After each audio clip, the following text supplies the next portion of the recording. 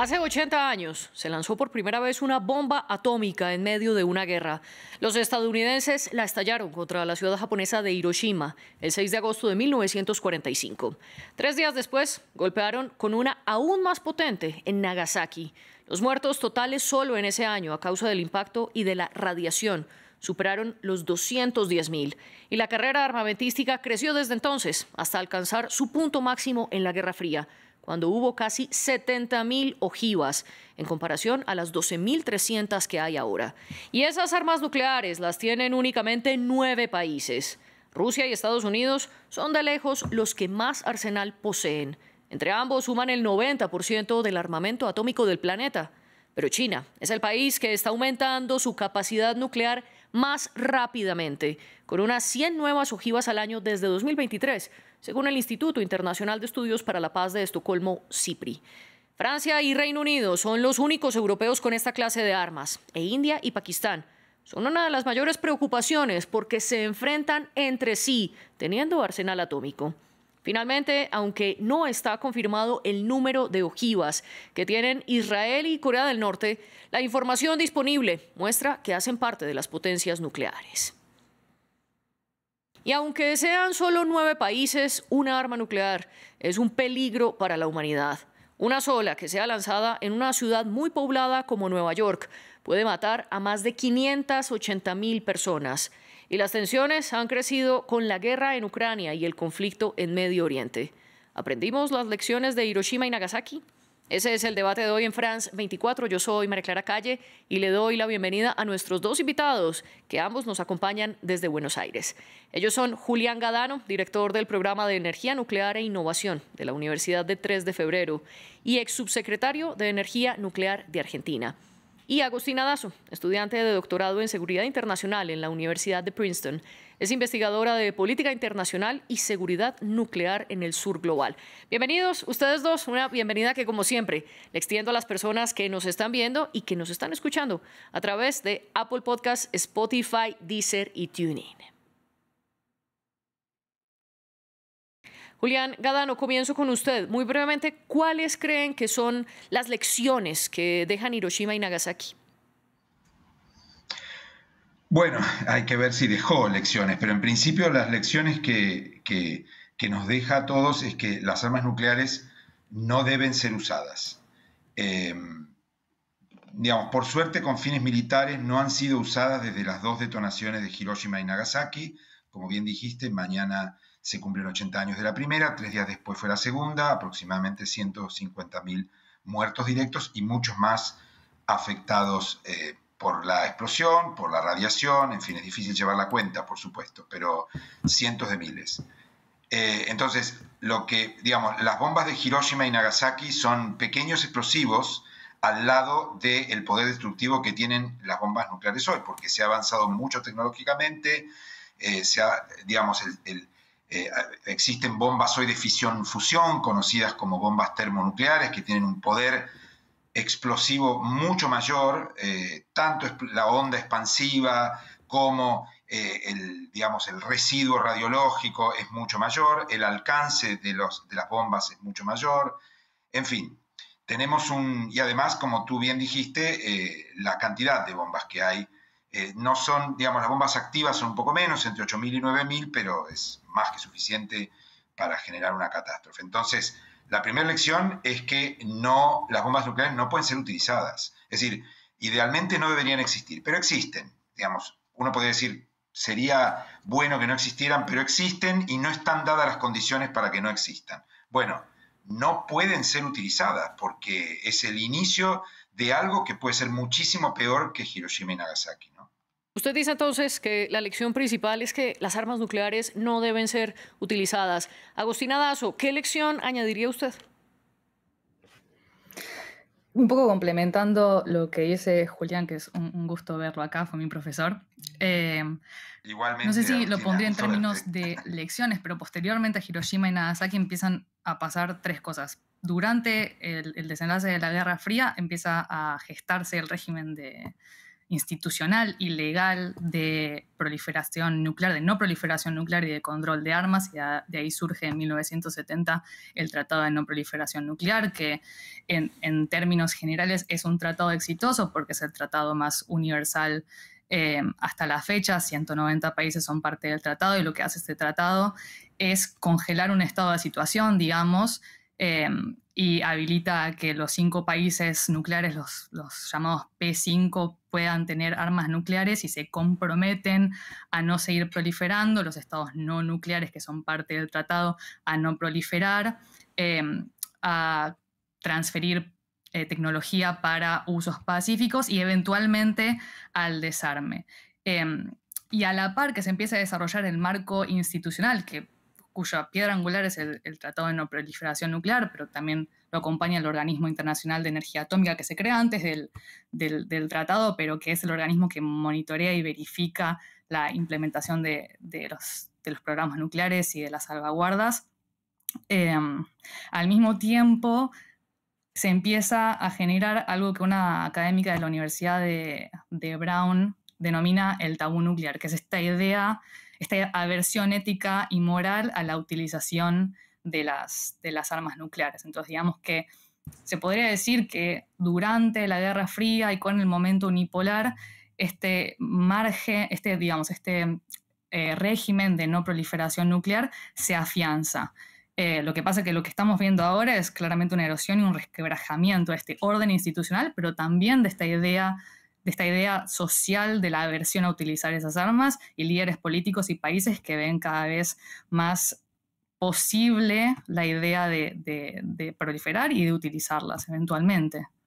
Y quiero preguntarle, Julián, sobre esto que nos habla Agostina, comenzando por esa aversión ética y moral que creció en contra del uso de las armas nucleares en todo el planeta, no solo después de su uso, sino especialmente después y en medio de la Guerra Fría, donde se aumentó el arsenal atómico disponible en el planeta, especialmente porque Rusia y Estados Unidos estaban acelerando cada vez más su capacidad nuclear. Cuéntenos muy brevemente qué pasó desde la Guerra Fría y, sobre todo, por qué ahora esa desaceleración de las armas nucleares está estancada. ¿Estamos viendo quizás un aumento de la potencia nuclear? Bien, yo creo que Agostina, voy a partir desde el punto que lo dejó Agostina, porque me parece que lo puso en un muy buen lugar. El Tratado de No Proliferación Nuclear, que como dijo Agostina entró en vigor en 1970, reconoce que es un tratado que lo que hizo fue, Agostina lo describió muy bien, fotografiar el mundo de ese momento.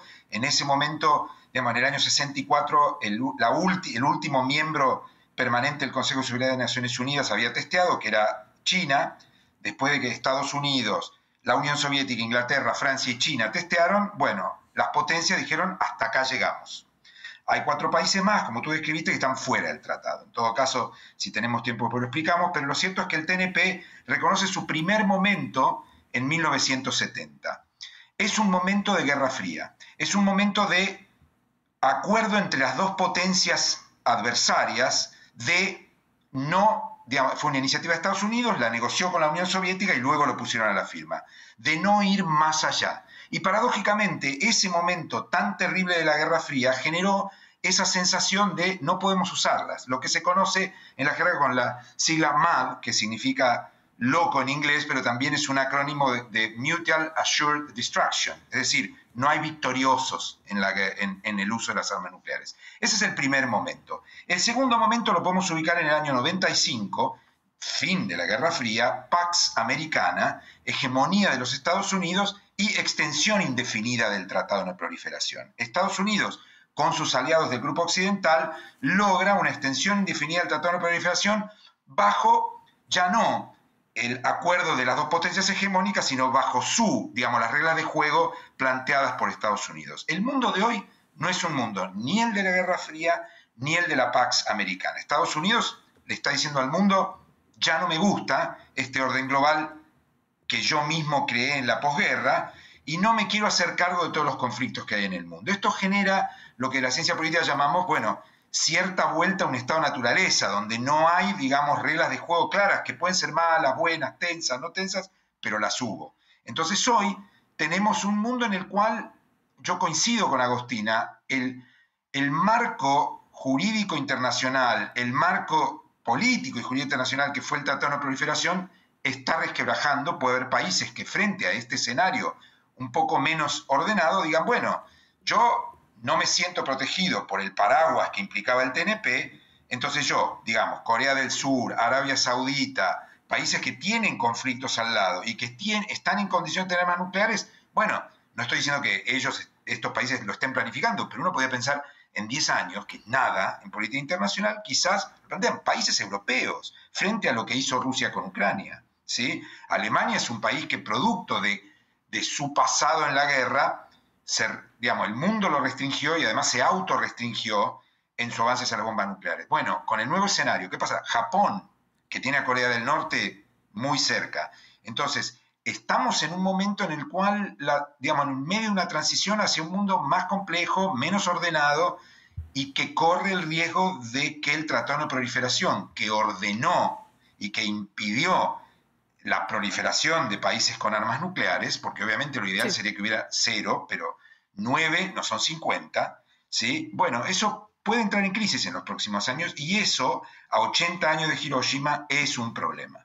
Y además a esos 9 países hay que sumarle otros 6 que están albergando armas nucleares tanto de Estados Unidos como de Rusia. Italia, Turquía, Bélgica, Alemania y Países Bajos tienen armamento atómico estadounidense y Belarus tiene armamento atómico ruso. En medio de toda esta tensión, Agostina, y lo que nos explica Julián, cuéntenos entonces si este sistema se está resquebrajando, ¿ante qué panorama estamos actualmente?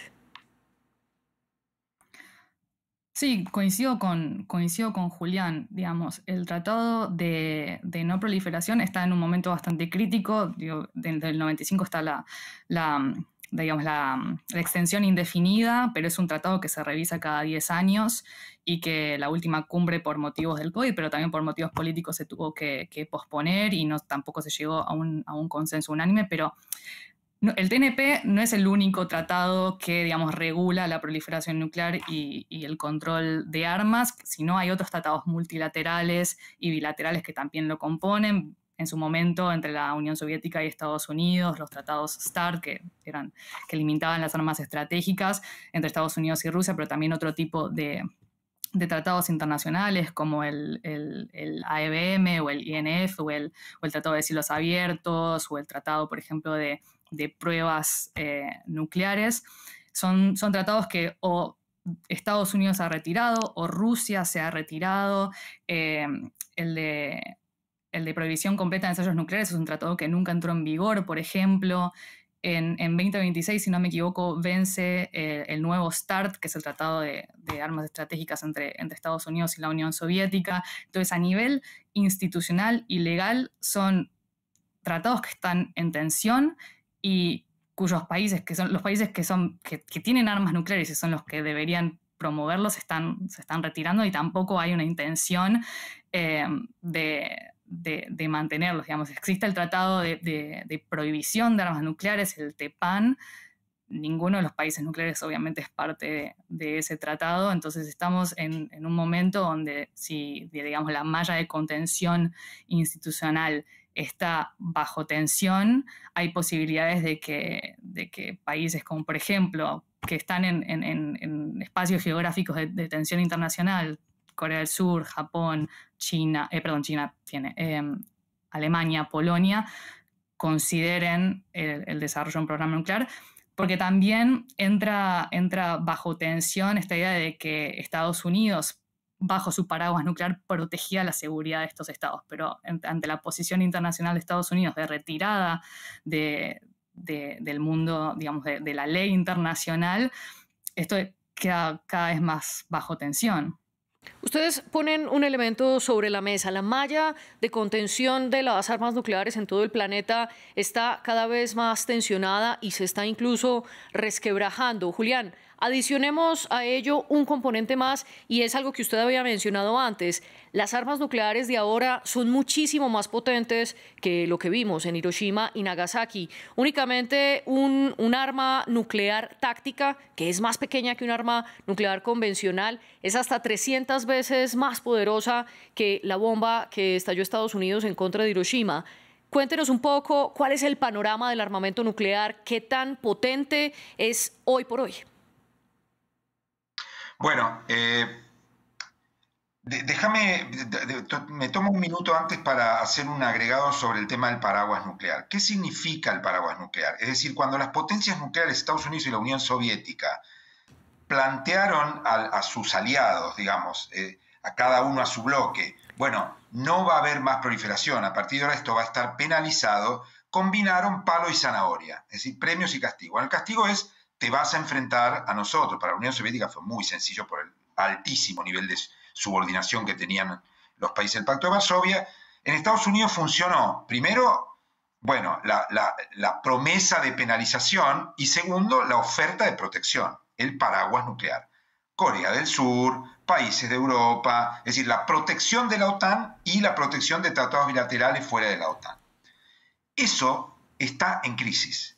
Este es un problema. El segundo es el que planteó Agostina, de los tratados bilaterales. El momento que más cerca se estuvo de lograr un avance en eso fue durante el gobierno de Obama. Hoy estamos muy lejos de eso. Respecto a las armas nucleares, es decir, digamos, el mundo hoy hay aproximadamente unas 9.000 armas desplegadas en condiciones, digamos, de ser utilizadas. El 90% los tienen Estados Unidos y la Unión Soviética. Para que nosotros, digamos, nos dé una idea de la diferencia entre Hiroshima y lo que hay hoy, la bomba de Hiroshima fue una bomba, digamos, que detonó muy poquito material del que tenía dentro. La explosión fue de 13 kilotones aproximadamente. Estos son 13.000 toneladas de TNT. 13.000, perdón, kilos de TNT, ¿sí? La bomba, digamos, las bombas nucleares más poderosas activadas hoy pueden llegar a tener no se sabe, porque, digamos, son estimaciones del CIPRI, como tú dijiste, pero van desde 200 a 300 megatones, es decir, millones, ¿sí?, de kilos de TNT. Esto es órdenes de magnitud mayor que las bombas de Hiroshima y Nagasaki. Además son bombas que, digamos, son inteligentes, pueden tomar decisiones mientras están en vuelo, tienen alcance de 15.000 kilómetros. Es decir, las bombas estratégicas, los ICBM, las bombas que están emplazadas en misiles de largo alcance, etcétera, son bombas de altísimo poder destructivo. Son bombas que no pueden ser utilizadas. Ahora, por debajo de eso, tenemos bombas de muy alto poder destructivo también, mayor que Hiroshima, las bombas, como tú describiste, tácticas, que son el riesgo mayor, porque son las bombas que pueden ser activadas en conflictos bilaterales de baja intensidad, como los que estamos viendo, ¿sí? Eso sería catastrófico también, no solo por el efecto que una bomba puede hacer, sino por la escala que puede activar en un conflicto militar determinado. Si una bomba de alto poder, un ICBM, yo dudo mucho que sea activado, porque todo el mundo es consciente que no tiene retorno. Ahora, las bombas de, entre comillas, pequeño poder destructivo son el riesgo mayor, ¿sí? Por otra parte, digo, tantas bombas desplegadas, puede haber un accidente, puede haber corrupción, puede haber robo de material, es decir, vivimos en riesgo con tantas bombas nucleares activadas. Esto es lo que tenemos que tener en cuenta. Y yo no estoy haciendo una posición idealista de ojalá no hubiera bombas nucleares, estamos muy lejos de eso. El mundo no está listo para eso, es un mundo de estados, de conflictos, etc. Pero hay que ser consciente de que tenemos miles de bombas nucleares activadas en todo el planeta. Y esto no solamente implica un riesgo de guerra activa entre estados, sino riesgos de accidentes, riesgos de robo de material, muchos riesgos.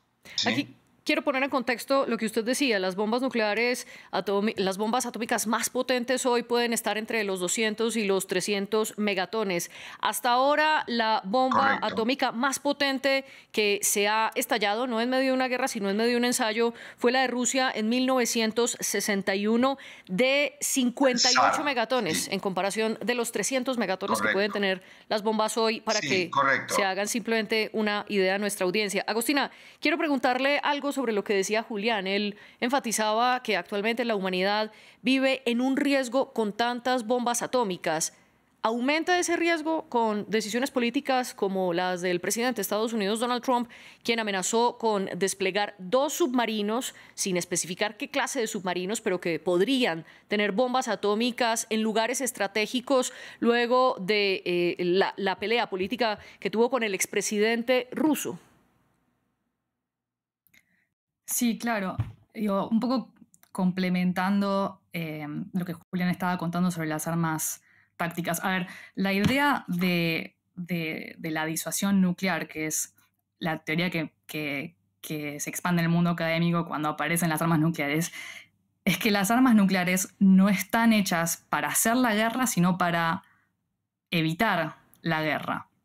Ahora, con el desarrollo de armas tácticas, con el desarrollo de nuevas tecnologías, la aparición de, por ejemplo, la inteligencia artificial, los sistemas autónomos, los submarinos nucleares, los misiles hipersónicos, esa idea de la disuasión nuclear entra en tensión, ¿no? Porque cambia el cálculo estratégico, cambia la idea de la estabilidad estratégica, esta idea de que si tenemos armas nucleares no nos vamos a atacar entre nosotros porque los países tienen capacidades de, digamos, de second strike capabilities, que son las capacidades de supervivencia a un segundo golpe.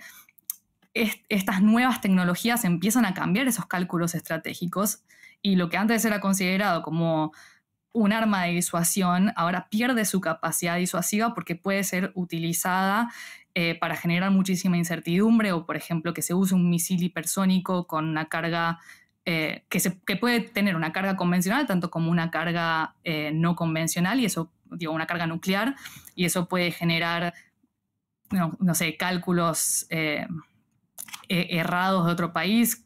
Digo, si, por ejemplo, se lanza un misil hipersónico que tiene una carga convencional, pero un país que tiene, por ejemplo, launch on warning, una doctrina de launch on warning, puede malinterpretarlo y pensar que es una carga nuclear. Entonces, digo, lo que generan estas nuevas tecnologías o la posibilidad del uso de armas tácticas es que la estabilidad estratégica entre en tensión y que haya mucha más incertidumbre y más riesgos de cálculos errados.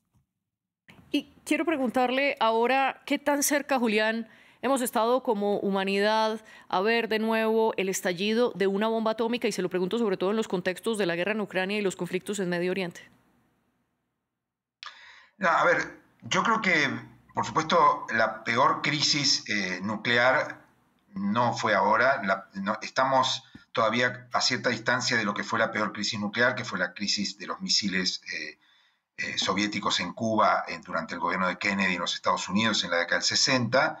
Nosotros no estamos en ese momento, digamos, en un momento de estar segundos cerca de una conflagración nuclear que puede destruir el planeta.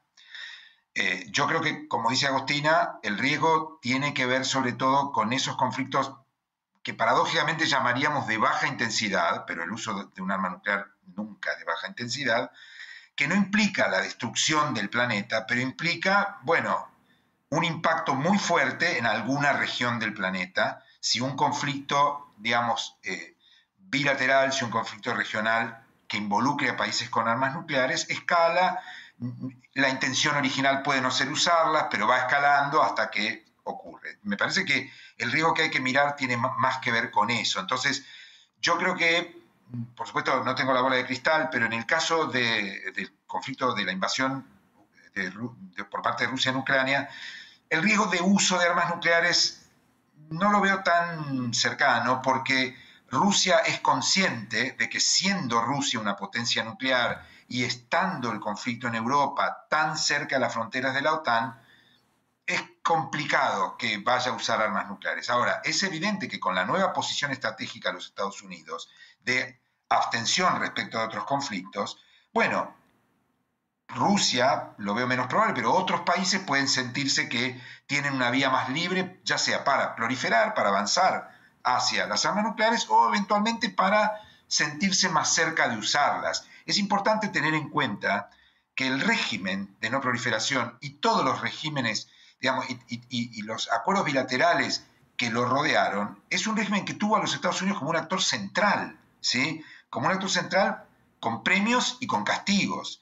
Si ese actor se retira de la escena, o por lo menos se retira parcialmente de la escena, bueno, por lo menos el juego cambia. Es decir, quizás no hay tanto incentivo a no utilizarlas en un conflicto regional, no hay tanto incentivo a la amenaza, y a esa amenaza puede venir otra amenaza. Entonces, el problema principal es político e institucional, no es tecnológico. Las armas nucleares están, y como están, hay que pensar en regímenes que, como lo que existió hasta ahora, desincentiven su uso. No solo las armas estratégicas, sino también las armas tácticas. Yo creo que lo que está en crisis es eso.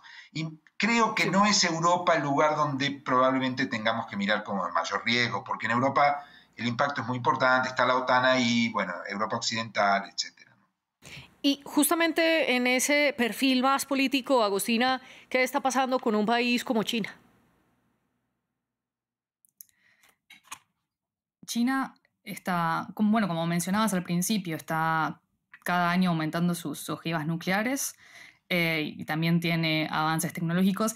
China tiene una cosa que es, digamos, tiene mezclados sus sistemas convencionales con sus sistemas nucleares. Entonces, eso genera en Estados Unidos mucha incertidumbre porque es difícil saber dónde China guarda sus armas nucleares porque las mezcla con sus armas convencionales. Por lo tanto, es difícil predecir realmente qué tipo de uso haría China sobre sus armas. Pero lo que te puedo decir con certeza es que se estima que para 2030 China va a tener alrededor de 1.000 ojivas nucleares y también está modernizando su arsenal. Y volviendo sobre lo que usted decía, Julián, que quizás el riesgo mayor no está en Europa, ¿qué pasa entonces con esos otros países que son potencias nucleares? ¿Es allí donde mayor riesgo hay? Le pregunto concretamente, Corea del Norte, Israel, aunque estos dos países todavía no han confirmado oficialmente que poseen armamento nuclear, pero toda la información apunta a que sí la tienen, además de India y Pakistán. ¿Qué pasa con ellos? No, Corea lo ha dicho, ¿eh? Corea sí lo ha confirmado. Además, Corea se lo ha gritado al mundo y el mundo no se lo tomó en serio. El problema con Corea fue que Corea se fue del Tratado de No Proliferación invocando el artículo 10 del tratado y dijo, yo me voy porque quiero tener derecho a tener armas nucleares. Las potencias en ese momento estaban enfocadas en otros conflictos, en Irán, en otras cosas, y no le creyeron. Lo estoy simplificando, pero digamos para que quede claro. Israel no reconoce ni niega, pero todo el mundo sabe que tiene, y es más, Israel le interesa que todo el mundo sepa que tiene. Tiene armas nucleares, por cierto, de origen francés, desde hace muchos años. En general, el mundo cree que son de origen norteamericano. Tuvo muchos conflictos Israel con Estados Unidos, sobre todo con los gobiernos demócratas, porque Estados Unidos no quería que Israel avanzara con armas nucleares, porque tenía mucho miedo a que el conflicto se le fuera de control. Luego, con los gobiernos republicanos, eso cambió un poco. Ahora, me parece que el riesgo justamente es con países que no puedan ejercer control sobre el escalamiento de un conflicto. Ni hablar de Corea del Norte, que su negocio es ser el malo de la cuadra, digamos. Su negocio es amenazar todo el tiempo con que está en el límite, con que las va a usar, etc. Esto no significa que las vaya a usar, yo creo que no las va a usar, pero juega siempre en los límites. Y eso a veces en política se descontrola. Después tenemos el caso de India y Pakistán, que bueno, no han utilizado armas nucleares, pero están siempre en el límite del conflicto. Y el problema principal, más que el uso inmediato de las armas nucleares, como decíamos al principio, es que el régimen de no proliferación se resquebraje. Entonces, si nosotros tenemos dentro de 20 años un mundo en el que 20 países tienen armas nucleares, estamos frente a un escenario muy complejo y muy difícil de controlar. Entonces, lo primero que tendría que mirar el mundo es, primero, que no crezca la cantidad de países con armas nucleares y luego que exista un régimen robusto de incentivos para que realmente ningún país, o sea, un país sepa que de usar un arma nuclear se convierte en un paria internacional. Si eso no está muy presente, vamos a tener un problema, digamos. Hoy hay 9 países con armas nucleares. Como dijo Agostina, el que más está invirtiendo, el que más está creciendo es China, por lejos, y se está acercando a los otros dos. Además tiene el arsenal más moderno de los 3 en términos relativos. Me parece que lo que hay que poner atención es volver a generar un sistema robusto, eficiente y eficaz para que un país sienta realmente que de avanzar en el uso de armas nucleares va a estar muy extremadamente penalizado. Y obviamente eso no es posible sin el liderazgo de los Estados Unidos. Agostina, sigamos en esa línea de las propuestas y las posibles soluciones. Julián habla que no más países tengan un armamento nuclear y adicional a esto robustecer los intensivos para que ningún país utilice armamento atómico y que de usarlo se convierta en un paria internacional. ¿Qué otras posibles salidas a este resquebrajamiento del que hablan ustedes ve usted? Mira, por un lado, podría Estados Unidos buscar más tratados bilaterales, tanto con Rusia como con China. El problema es que las líneas de comunicación en este momento están totalmente cortadas. Y por otro lado sería fortalecer al Organismo Internacional de Energía Atómica y sus capacidades de monitoreo, de implementación de las salvaguardas. Es eso y seguir incrementando, digo, hay que recuperar la idea del tabú nuclear, como sugiere Julián. Acá el problema no solamente, a ver, es institucional y legal, pero es institucional y legal porque primero es un problema político y porque los tomadores de decisiones son cada vez menos aversos no a utilizar las bombas, porque hasta el momento no las han utilizado, pero sí a utilizarlas en función de generar estatus internacional, por un lado, pero también para proteger su integridad territorial, su soberanía y protegerse en un mundo cada vez más inestable y conflictivo. Entonces, digo, yo sugeriría más tratados bilaterales, fortalecer las normas, las ideas en contra de utilizar a las armas nucleares, pero también fortalecer al órgano internacional de energía atómica, que es quien monitorea y quien tiene la potestad y la autoridad y el conocimiento técnico para hacerlo. Y en conclusión, Agostina, ¿usted ve entonces que a pesar de que estas salidas se necesitan, las armas nucleares van en aumento después de haber decrecido a lo largo de las últimas décadas? ¿Y cuál puede ser el riesgo de esto? Muy brevemente. Yo veo un mundo en una situación muy complicada, con cada vez más países más inclinados a desarrollar sus propios programas nucleares, países con menos intenciones de desarmarse, y un Estados Unidos que era quien promovía el régimen de no proliferación, que se aparta de la ley internacional y que tiene menos intenciones de regularlo.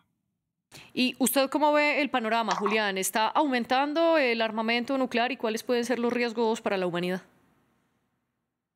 Bueno, yo creo que un poco coincido con Agostina, ¿no? A mí me parece que el mundo desde la Segunda Guerra Mundial, digamos, fue creciendo el despliegue de armas nucleares, creciendo los testeos de bombas, que un día hay que hablar de eso. Se testearon más de 2.000 armas nucleares, las potencias nucleares, eso fue muy dañino también. Pero bueno, el crecimiento en el despliegue de armas nucleares, el crecimiento en la inversión, llegamos a un cenit que fue, digamos, la década del 70, la década del 80. A partir de ahí empezó a decrecer y el mundo empezó a transitar un buen camino. Yo creo que el momento culmine de ese buen camino fue el gobierno de Obama, que desde mi visión fue un gobierno comprometido en que el mundo tuviera menos armas nucleares. Los rusos respondieron a desgano, pero respondieron. Hoy Rusia tiene un liderazgo autocrático, un liderazgo no dispuesto a la cooperación, y al mismo tiempo vemos que en Estados Unidos hay una idea más aislacionista y transaccional de la política internacional, con lo cual menos dispuesto a seguir siendo el, digamos, jugador hegemónico en esta materia. Con lo cual yo coincido con Agostina, no soy muy optimista, creo que nos enfrentamos a un mundo, bueno, con más riesgos, digamos, ¿no? Con menos incentivos a estar desarmados y quizás con algún incentivo por parte de algunos países que pueden hacerlo a considerar la posibilidad de armarse en el futuro. Ese es un mal escenario. Y Julián, para cerrar, simplemente explicarle a nuestra audiencia, en caso tal de que desafortunadamente se utilice una bomba nuclear, sea en Ucrania, en Rusia, en Medio Oriente, ¿cuál podría ser el alcance? ¿Hasta qué países podría afectar?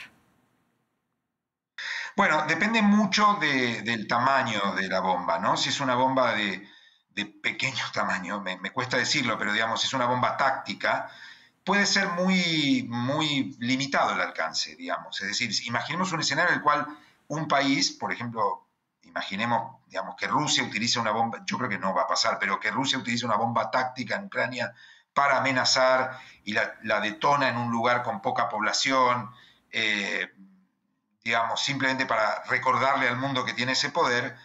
Bueno, el impacto en términos, digamos, de radioactivos en general puede no ser tan alto porque es difícil explicar técnicamente, pero las bombas nucleares queman muy rápido y queman mucho. Entonces, a diferencia de un accidente nuclear con un reactor, quizá el efecto radiactivo en el largo plazo no es tan amplio. Lo vemos en Hiroshima, que es una ciudad que hoy está absolutamente recuperada.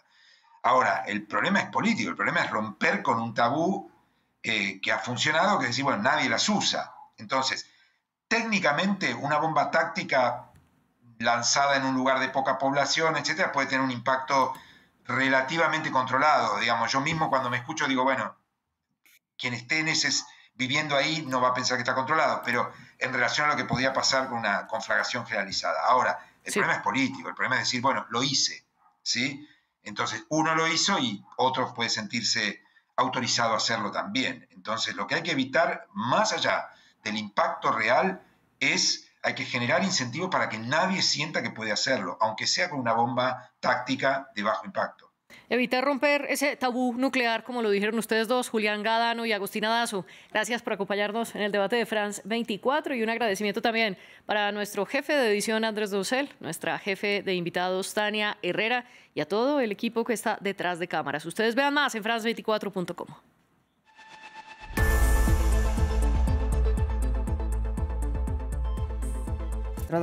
Una semana en el mundo. Cada viernes repase las grandes noticias internacionales de la semana, junto a periodistas expertos que proporcionan contexto y puntos de vista sobre los acontecimientos más relevantes de los últimos 7 días. Una semana en el mundo, en France 24 y France24.com.